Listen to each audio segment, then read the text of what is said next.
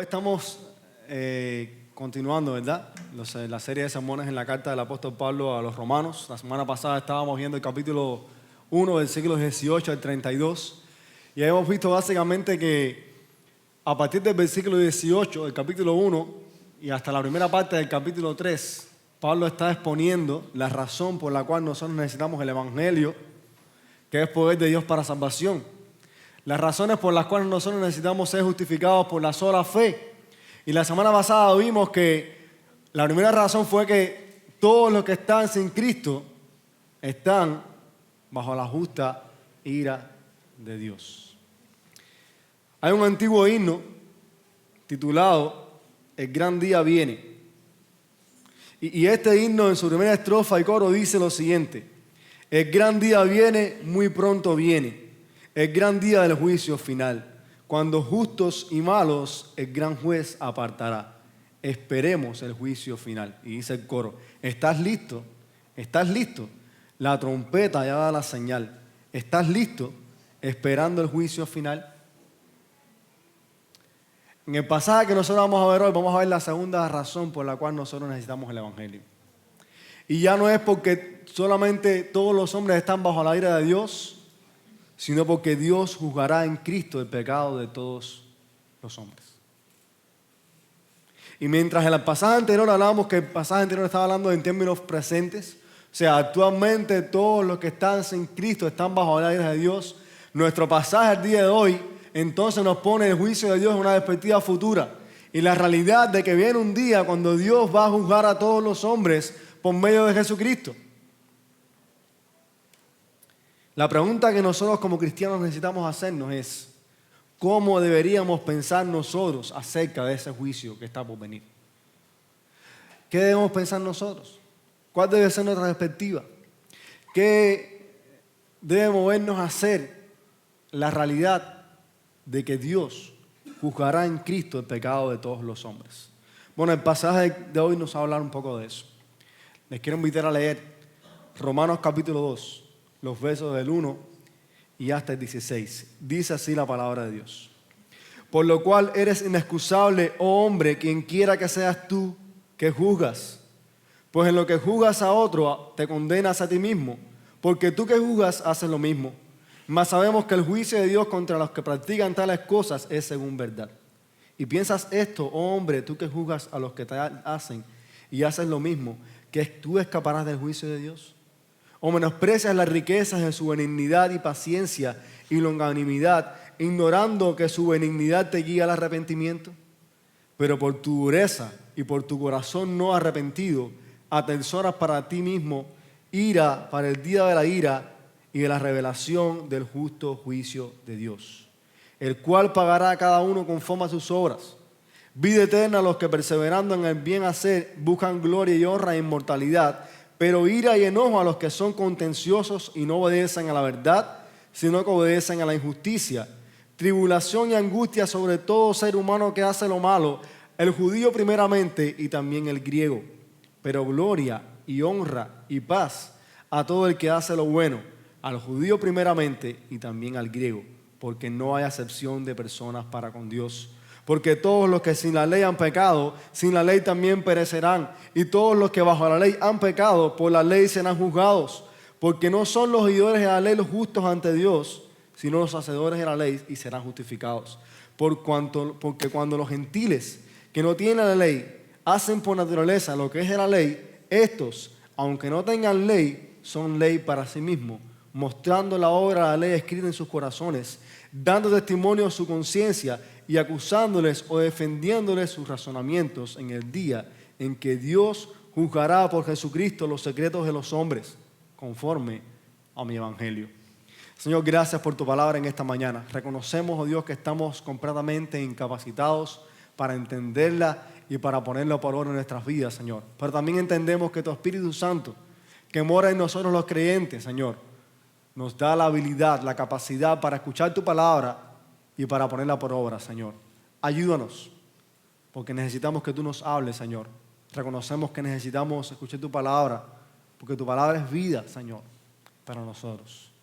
Ahora, ayúdanos en este pasaje y que podamos aprender de él y que este pasaje pueda transformar nuestras vidas, Señor, conforme a tus propósitos.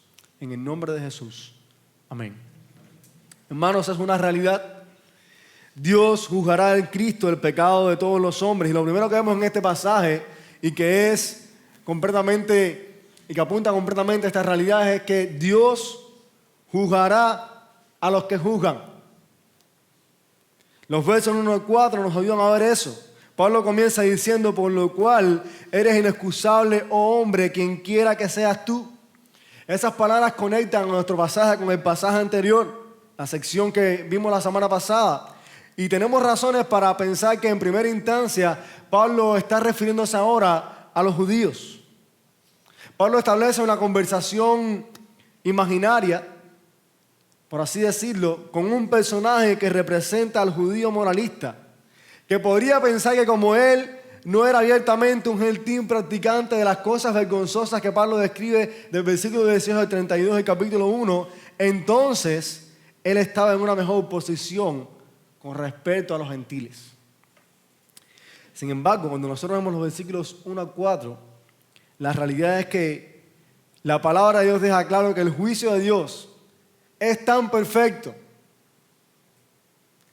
que aún las personas más religiosas no podrán escapar de él. Los judíos pensaban que todos los demás serían juzgados y que ellos no, que ellos serían la excepción. Muchos de ellos creían que ellos eran inmunes al juicio de Dios simplemente porque se llamaban judíos.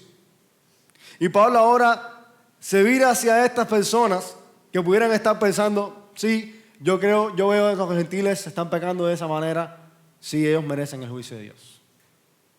Y Pablo está anticipando ese pensamiento, y entonces comienza este diálogo diciéndole: espérate, porque tú también estás condenado. Porque en lo que juzgas a otros, tú estás bajo la misma condena. Estás ciego a tu propia condición. Por eso en los versículos 1 al 4 Pablo le dice: eres inexcusable. Porque en lo que condenas a otro, en lo que juzgas a otro, tú mismo te condenas. Y no tan interesante, porque el pasaje nos ayuda a ver la razón por la cual estos religiosos creían ser justos y estaban condenados. La razón era que ellos practicaban las mismas cosas. Y ellos no se podían dar cuenta de eso. Pablo escribe en el versículo 18 al 32 una larga lista de cosas pecaminosas, cosas escandalosas. Y estas personas pudieran pensar: yo no soy una gente que hace eso. Pero Pablo les acusa y les está diciendo ahora que ellos van a ser condenados por el pecado que hay en sus corazones, que Dios lo conoce, que Dios lo conocen, que ellos también iban a enfrentar el justo juicio de Dios. Y noten lo que dice Pablo: mas sabemos que el juicio de Dios contra los que practican tales cosas es según verdad. ¿Qué significa eso? Bueno, esa realidad apunta al hecho de que el juicio divino está basado en la verdad. Dios no tiene margen de error. Los hombres se pueden equivocar y de hecho al emitir un juicio se han equivocado. En estos días estaba viendo una película en la casa, la historia de un hombre que lo acusan de haber quemado su casa con sus hijas dentro de la casa y lo condenaron a morir, ¿verdad? Una inyección letal. Estuvo aproximadamente como 10 años o 12 años esperando la sentencia. Y alguien ya casi cercano a la sentencia empezó a investigar y entonces empezaron a descubrir cosas y la posibilidad de que este hombre realmente no era culpable de eso, de que él había vendido candela a su casa. Sin embargo, el tribunal o el proceso no pudo hacerlo completamente rápido como para que este hombre fuera liberado y ese hombre murió. Y actualmente todavía están luchando para que después de su muerte sea declarado inocente, porque hay pruebas que apuntan a la inocencia de ese hombre. Los tribunales humanos fallan, se equivocan. Aquí tenemos a Camilo y a su esposa, son abogado y fiscal. ¿Y ellos saben de lo que estoy hablando? O sea, cuando los seres humanos emiten un juicio, por supuesto, tratan de hacer justicia con eso. Pero hay margen de error para los seres humanos. Sin embargo, Dios no se equivoca. Porque su juicio es conforme a la verdad. Porque cuando Dios juzga conforme a la realidad que Él conoce y sabe perfectamente. No hay nada que esté oculto a los ojos de Dios. Por tanto, Él tiene toda la razón para emitir su juicio, pues su veredicto es verdadero. El judío moralizante no podía ver esto. Ellos pensaban que debido a que no habían cometido uno de esos pecados que para ellos eran escandalosos, estaban libres de juicio. Estas personas a las que Pablo le está escribiendo ahora ignoraban la naturaleza y el alcance de su pecado. Y la verdad es que aunque abiertamente no hubiesen cometido adulterio, lo hacían en sus mentes. Aunque abiertamente no robaban, lo hacían en su corazón. Aunque quizás abiertamente no habían matado a nadie, lo hacían con sus deseos y Dios lo conocía. Y eso, hermano, nos llama a nosotros a considerar una verdad que debe hacernos reflexionar. Cuidado, hermanos. Cuidado cuando nosotros levantamos nuestra cabeza para apuntar y juzgar el pecado de otros, cuando ese mismo pecado está en nuestro corazón, en los secretos de nuestro corazón, porque Dios lo sabe. Dios lo conoce. Cuidado cuando juzgando a otros nos hacemos ciegos a nuestro propio pecado. La palabra de Dios nos deja un ejemplo de esto maravilloso en la vida del rey David. El rey David, después de cometer adulterio con Betsabé y haber sido responsable directo del asesinato de su marido Urías, el profeta Natán fue a confrontarlo y le contó la historia de un hombre que era rico, recibió una visita en su casa y teniendo la oportunidad este hombre de coger de todas sus ovejas, de sus riquezas, para brindarle banquete a su visita, tomó las ovejas del pobre. Y Natán le pregunta a David, ¿qué se va a hacer con ese hombre? Y David dice la Biblia que se enfureció y dijo, vive el Señor, que ciertamente el hombre que hizo esto merece morir y debe pagar 4 veces por la cordera, porque hizo esto y no tuvo compasión. Y la respuesta inmediata de Natán el profeta fue, tú eres ese hombre. David era culpable de un pecado mucho mayor, pero estaba ciego a su propia condición. Incluso estaba furioso por un pecado similar o menor que el suyo. Y sigo la historia de David porque nos ayuda a ilustrar la manera en que muchas veces, aún nosotros como cristianos, nos atrevemos a meter un juicio sobre otros en su pecado, cuando nosotros mismos en nuestro corazón, en nuestras mentes, hemos cometido el mismo pecado o peor. Por eso es que debemos tener cuidado cuando emitimos un juicio. Y no estamos hablando aquí del hecho de que no podemos juzgar, porque la Biblia nos llama también a juzgar. Y tenemos un proceso de disciplina como iglesia también, para de alguna manera restaurar a la persona que ha pecado. Pero estamos hablando de juicio de esa persona que se cree superior a los demás, que su corazón está limpio de pecado, que no tiene ningún problema. Y entonces la realidad de este pasaje es que esta persona está siendo juzgada cuando juzga a otros. Y el juicio sobre esa persona no es humano, según el pasaje, es un juicio divino. Noten lo que Pablo dice en el versículo 3. Y piensas esto, hombre, tú que juzgas a los que tal hacen y haces lo mismo, que tú escaparás del juicio de Dios. Hermanos, este personaje con el que está hablando Pablo pensaba que al ponerse al lado de Dios a juzgar a otros, él mismo haciendo esto escaparía del juicio de Dios y nada estaba más lejos que la verdad. Ese judío decía como aquel fariseo a la palabra de Jesús, Señor, gracias porque yo no soy como este publicano.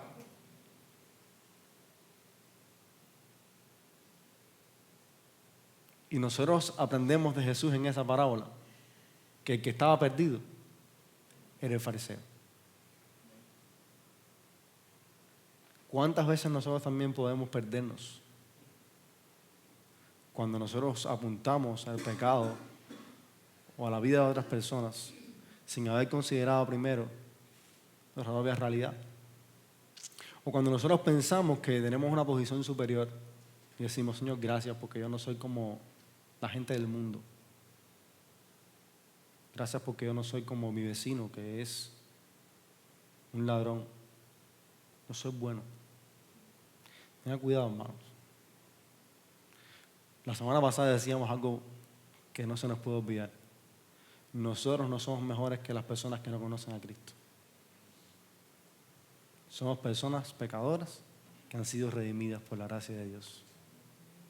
Y cuando nosotros pensamos en eso y eso está en nuestro corazón, nosotros vamos a tener muchísimo cuidado a la hora de emitir un juicio sobre otro.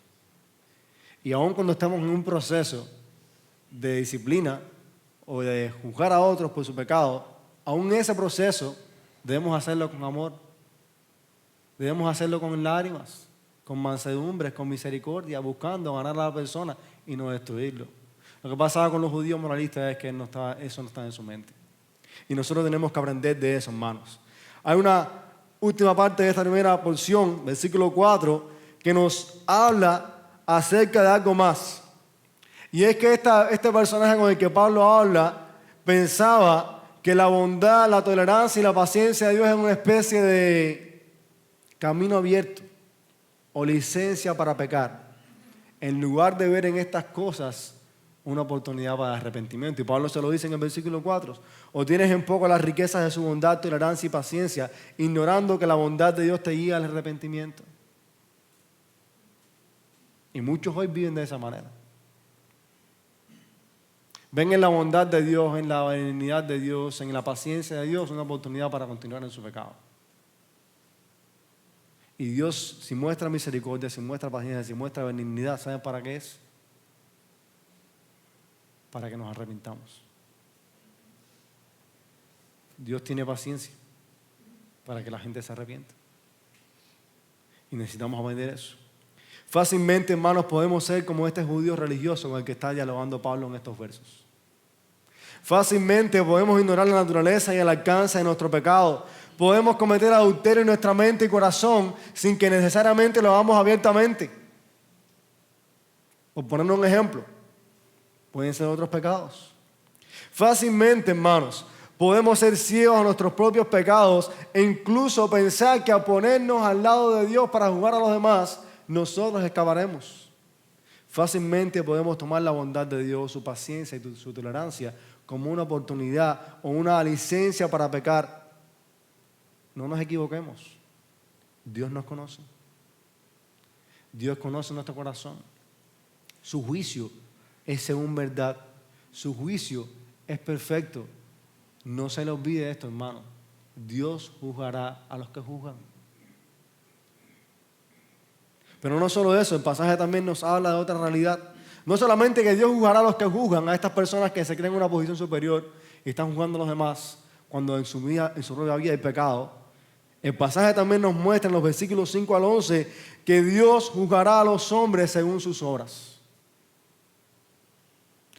Pablo continúa su diálogo y le dice a este hombre imaginario, a partir del versículo 5, pero por tu dureza y por tu corazón no arrepentido, atesoras para ti mismo ira para el día de la ira y de la revelación del justo juicio de Dios, el cual pagará a cada uno conforme a sus obras.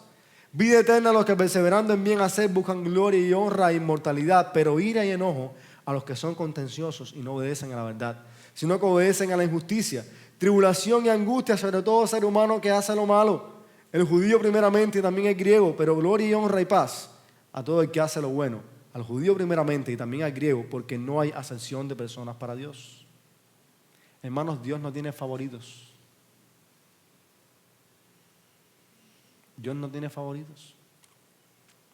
Quizás usted a la hora de emitir un juicio prefiere inclinar la balanza hacia uno u otro parte porque tiene afinidad con alguien. Pero eso no ocurre con Dios. Pablo acusa a este hombre religioso haciéndole ver que no hay parcialidad en Dios. Si una cosa aprendemos de esta porción es que el Señor le dará a cada cual lo que se merece. Y la base del juicio de Dios sobre todos los hombres serán sus obras. Y esto no significa que algunos serán salvos por las obras. ¿Ok? El pasaje no está hablando de salvación, el pasaje está hablando de juicio. Si los creyentes, hermanos, van a dar cuenta por sus obras, y los no creyentes también van a dar cuenta por sus obras. Eso es una verdad bíblica que nosotros necesitamos abrazar. El estándar del juicio de Dios para aquellos que tienen una herencia religiosa es el mismo estándar para aquellos que no la tienen. Y el pasaje lo deja claro. Pablo cita aquí en este pasaje el Salmo 62, el que leíamos hace un rato. Un salmo que por un lado describe a aquel que espera en Dios, que confía en Dios, que tiene en Dios su salvación.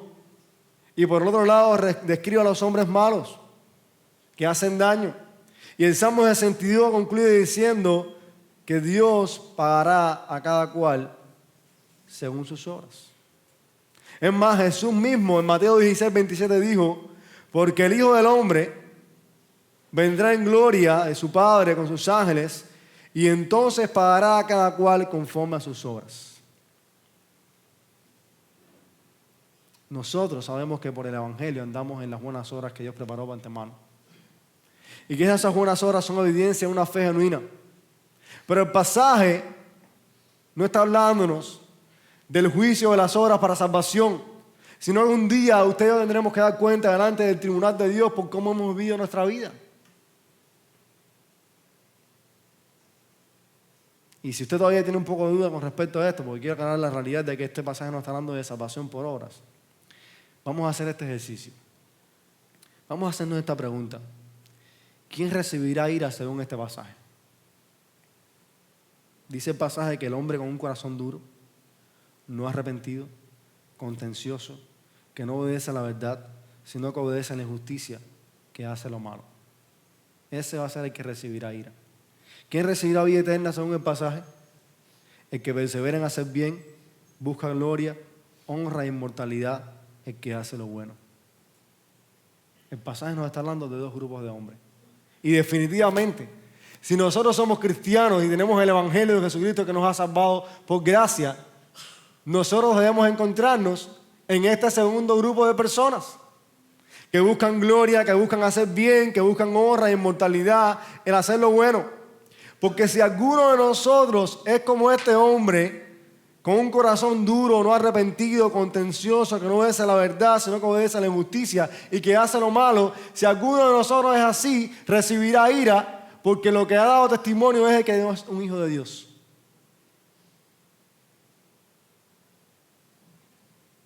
Hermanos, no nos engañemos. El buen árbol se conoce ¿por qué? Por sus frutos. Y Jesús mismo dijo, en esto conocerán que son mis discípulos. ¿Qué cosa? El amor unos por otros. Esos son los frutos. Esas son las buenas obras que nosotros necesitamos andar. No nos confundamos, hermanos. Venir a la iglesia, diezmar, cantar y hacer toda clase de cosas cristianas que son buenas, no van a inclinar la balanza en el juicio de Dios. ¿Usted entiende eso? Eso es una realidad, hermanos. Solo Cristo y su obra terminada en la cruz puede hacer la diferencia en nosotros. Solo Cristo y su obra terminada en la cruz por justificación nos salva, nos libera del juicio de Dios y nos pone en una vida nueva para andar en buenas obras. Y Romanos, el libro de Romanos, un poco más adelante nos va a hablar de eso, de la nueva vida en la que nosotros necesitamos andar. Hace un tiempo leí este pensamiento de alguien, de un pastor, que dice lo siguiente: puede que usted haya nacido en la iglesia, crecido en la iglesia, se haya casado en la iglesia, puede incluso que haya muerto en la iglesia y aún así despertar en el infierno. En caso de que usted haya estado en la iglesia y no en Cristo. Venir a la iglesia no salva a nadie, hermano. Venir a la iglesia no libera a nadie del juicio de Dios. En ese día no va a haber eso de que, Señor, pero yo iba todos los domingos a la iglesia. Señor, yo diezmaba. Mi abuela era cristiana. Yo tenía una Biblia en mi casa. No. Dios nos va a juzgar en la manera en que nosotros hemos vivido nuestra vida. Y estos dos grupos de personas son los dos grupos de personas que hay en todo el mundo. Los creyentes y los no creyentes. Los que buscan gloria, inmortalidad, honra. Los que buscan hacer el bien, que se cae de la mata, como decimos en buen cubano, que son los cristianos. Y los que por otro lado son condenciosos, hacen injusticia y obran el mal. Así que necesitamos entender esa realidad, hermanos. La realidad de que Dios juzgará a los hombres según sus obras. Y que los cristianos necesitamos estar apercibidos de eso. Lo último que nos enseña este pasaje, en los versículos 12 y hasta el 16, es que Dios no hará distinción al juzgar. Dios juzgará al que juzga. Dios juzgará a los hombres según sus obras. Dios no va a hacer distinción a la hora de juzgar. Pablo explica en los últimos versos, los versículos 12 y 19, la realidad de que Dios no hace acepción de personas, tomado del versículo 11, de que Dios no hace distinción a la hora de juzgar. Estos versos nos muestran que no importa si una persona tiene la palabra de Dios o no, será juzgado por sus obras. Y si es hallado culpable, tendrá su justa retribución. Yo imagino que cuando el judío moralista leyó estas palabras de Pablo, debe haberse sentido ofendido. Esto debe haber sido chocante para esta gente. Ellos pensaban que por tener la ley iban a escapar del juicio de Dios. Y Pablo les está diciendo que no. Todos los que han pecado sin ley perecerán. Y todos los que han pecado bajo la ley, por la ley serán juzgados. No hay distinción. Y eso trae para nosotros una realidad tremenda, hermanos. Tener una Biblia en la casa no hace la distinción. Es ponerla por obra. Fíjese lo que Pablo dice, porque no son los oidores de la ley los justos ante Dios. No son los que tienen una Biblia. No son los que la leen. ¿Quiénes son? Los hacedores de la ley, los que serán justificados. Hermanos, en nuestros términos, nosotros podemos decir esa realidad. Si tienes una Biblia en tu casa, eso no te hace cristiano. El fruto de la vida, de la palabra de Dios en tu vida, eso es lo que muestra que eres un creyente verdadero. Pablo está diciéndole a sus lectores una realidad tremenda y que nosotros necesitamos aprender de este pasaje. Nosotros no podemos imaginar o no podemos pensar que el día que Dios juzgue a este mundo, la Biblia será un amuleto. Para los judíos, la ley era como un amuleto. Y ellos estaban completamente equivocados. De hecho, Pablo refuerza una verdad tremenda en los versículos 14 y 15, que derrumba completamente ese argumento. Él les dice, porque cuando los gentiles que no tienen la ley hacen por naturaleza lo que es de la ley, estos, aunque no tengan ley, son ley para sí mismos, mostrando la obra de la ley escrita en sus corazones, dando testimonio de su conciencia y acusándoles o defendiéndoles su razonamiento. ¿Sabes lo que Pablo está diciendo ahí?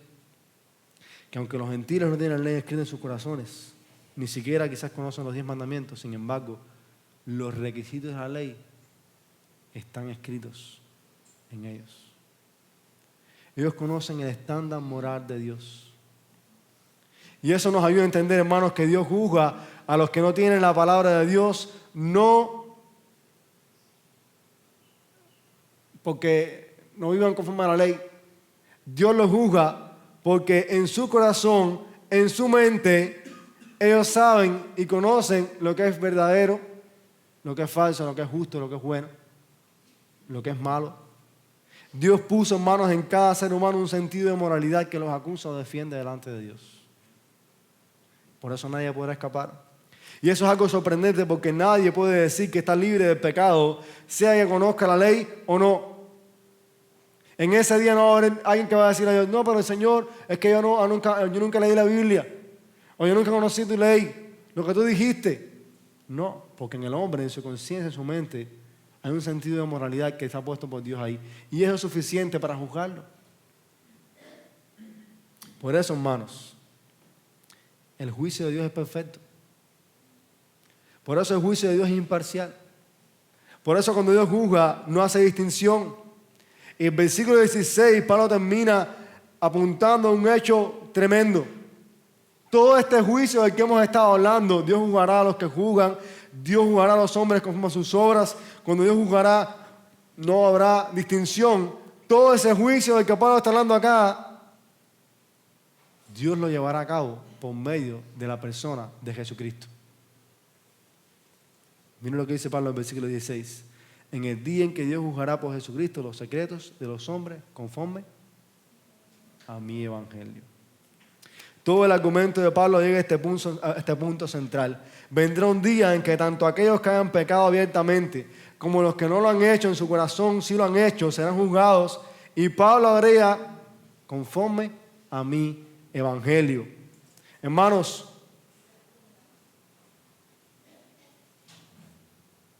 ¿cómo eso debería cambiar nuestras vidas? ¿Cómo esa realidad debería afectar nuestras vidas? El pastor Timothy Keller tiene una frase para este versículo que dice lo siguiente: sin juicio la salvación no tiene sentido.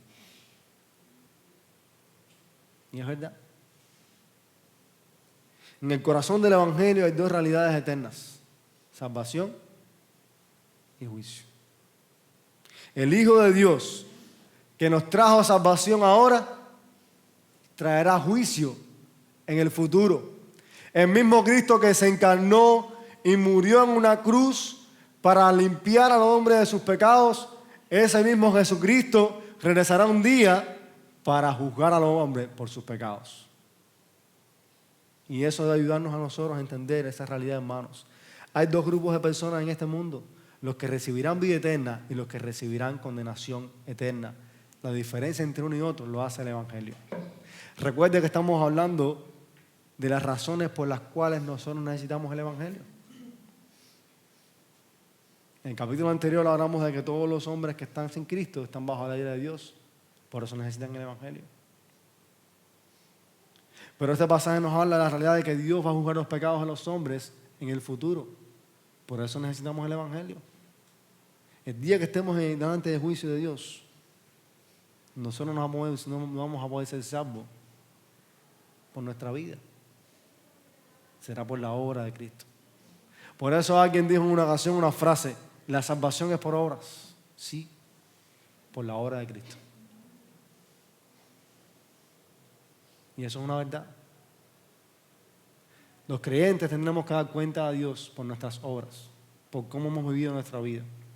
Pero lo que nos va a liberar del juicio de la condenación de Dios será el Evangelio. No nada que usted y yo hayamos hecho. Por eso cuando Pablo escribe el capítulo 2 y después del capítulo 3, Pablo dice en el capítulo 3, nadie escapará del juicio de Dios. Ya hemos acusado a ¿quiénes? A judíos y a gentiles. Y entonces Pablo introduce la justificación por la sola fe, por esa realidad.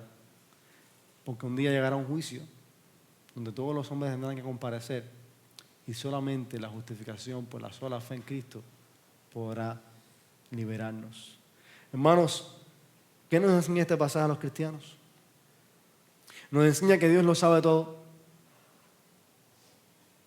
Nos enseña que un día daremos cuenta delante de Él. Y esa realidad debe hacernos pensar cómo afecta eso mi vida. ¿Cómo afecta eso la manera en que yo pienso? ¿Cómo afecta eso lo que hay en mi corazón? Necesitamos, hermanos, ir constantemente donde Dios, confesar lo débil de nuestro corazón y que Él nos ayude a vivir el Evangelio. Porque si nosotros tomamos la lista de Romanos 1, 18 al 32, y si tomamos la realidad del capítulo 2, versículo 1 al 16, somos hallados culpables. Por eso necesitamos constantemente ir donde Dios, confesar nuestros pecados, confesar lo débil de nuestro corazón y que Él, por el Espíritu Santo como en nosotros, nos auxilie para poder vivir el Evangelio en nuestra vida, hermano. Debemos arrepentirnos. Arrepentirnos no solamente de los pecados tan evidentes como el robo, como el adulterio y otras cosas. Tenemos que arrepentirnos de aquellos pecados que están ocultos en nuestro corazón. Incluso, esto lo escuché de algún pastor hace un tiempo, debemos arrepentirnos de las motivaciones y las razones por las cuales hacemos las cosas buenas.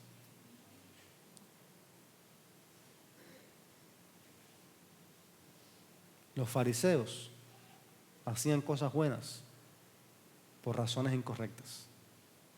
Nosotros también podemos caer ahí. Y queremos ayudar al hermano para entender el avance de los demás. Cada vez que usted hace algo bueno con una motivación incorrecta, usted está pecando, por muy buena que sea esa obra. Aún de eso necesitamos arrepentirnos nosotros. Aún de los pecados que están en nuestro corazón y que no han sido revelados, que Dios nos ayude. Necesitamos tener compasión, hermanos, de aquellos que no conocen a Dios. Porque su realidad es triste. Porque están bajo el aire de Dios hoy, pero en un futuro sufrirán las consecuencias del juicio de Dios. Necesitamos tener compasión por las almas de aquellos que no han conocido el Evangelio, hermano. Y es triste porque muchas veces nosotros los cristianos miramos a los que no conocen a Dios por encima del hombre. Decimos, está perdido. Usted debe, la realidad del juicio futuro de Dios debería movernos a nosotros hacia la compasión. Compasión por nuestros familiares, por nuestros amigos, por nuestros vecinos, por nuestros compañeros de trabajo. Compasión por las personas de este mundo que no han conocido al Señor. Porque el juicio que les espera es terrible. Hermanos, desechemos el pensamiento fariseo que dice, gracias a Dios porque yo no soy como estos. Como diría también mi hermano Huicho, nosotros no somos la última Coca-Cola del desierto. No somos la última chupada de mango. No somos mejores, hermano. Si escapamos del juicio de Dios, si un día nos podemos presentar delante de Dios y podemos habitar con el Señor en la eternidad, será por Jesucristo y solamente por Él. Por eso tenemos que pedir y rogar que el Señor nos ayude a vivir el Evangelio que nos salvó. Si alguno de ustedes está aquí y no es cristiano, no es creyente, esta es una advertencia.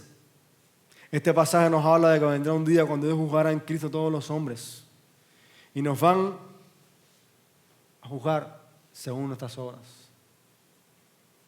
Y ninguna de ellas va a ser hallada suficiente para librarnos del juicio. Solamente la obra de Jesucristo. Por tanto, si tú estás aquí hoy y no eres cristiano, arrepiéntete de tus pecados y cree que Jesucristo murió por ti, que resucitó para darte vida eterna. Esa es la única manera en que podrás ser libre del juicio de Dios. Pero si estás aquí y eres cristiano, escucha bien, desecha todas las justicias que hay en tu corazón y que te hagan pensar que vas a ser libre por cualquier cosa de esas. Los cristianos pecamos constantemente con ese pensamiento. Y no, hermanos, ninguna justicia nuestra será suficiente. ¿Usted entiende eso? Eso es importante. Y es triste ver cómo hay creyentes que cuando han tenido un buen día, ¿usted nunca se ha sentido así?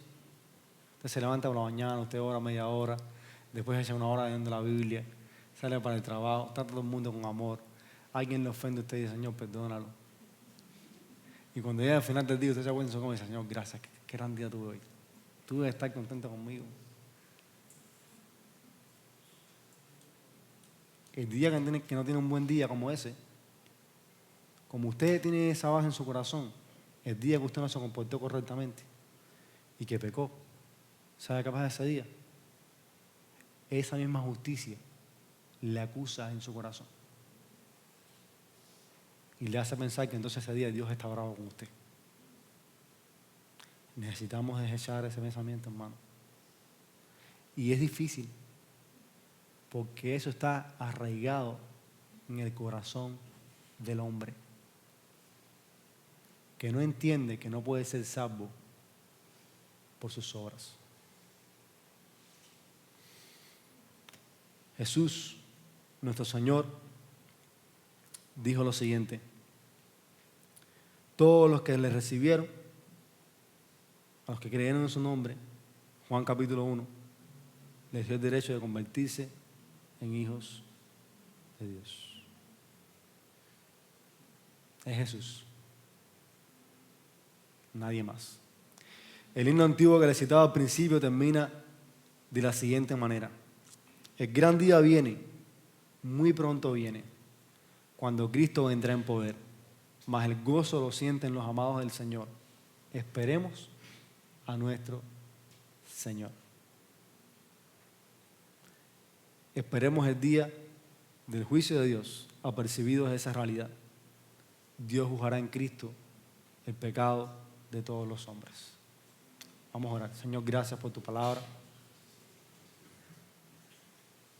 Gracias porque tu palabra nos acusa, Señor. Tu palabra nos confronta en nuestro pecado. Perdónanos, Señor, las veces que hemos creído, que hemos pensado, Señor, que somos mejores. Las veces que hemos pensado que otros, porque cometen pecados vergonzosos, están en una peor condición que yo. Gracias, porque tu palabra ahora en nuestras vidas, Señor, nos ayuda a desechar ese pensamiento, Señor.